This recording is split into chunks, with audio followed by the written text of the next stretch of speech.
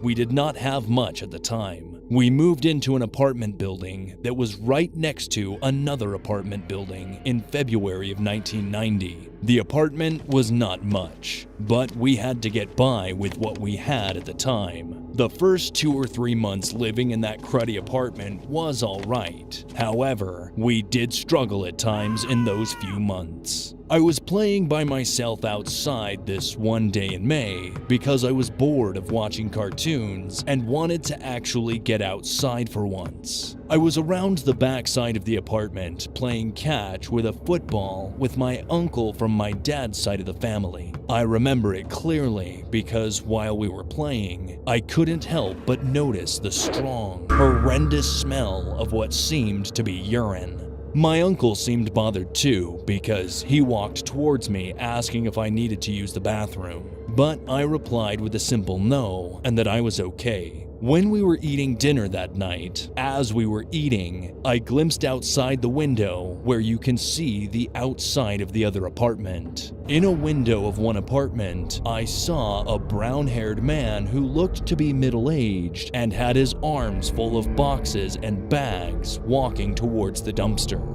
The man violently threw the stuff into the dumpster, and when he threw everything, I saw what looked like a blood-covered, severed hand fall out of a black bag. The man immediately picked up the severed hand, placed it in the dumpster, and speed-walked back to the front of the other apartment. I thought this occurrence was strange, but didn't even think to question whether that was a real hand or what he could have been carrying. I did see some other strange things happening with that man, but I don't want to get too deep into them. Perhaps some other time or in a different story I will. After that night,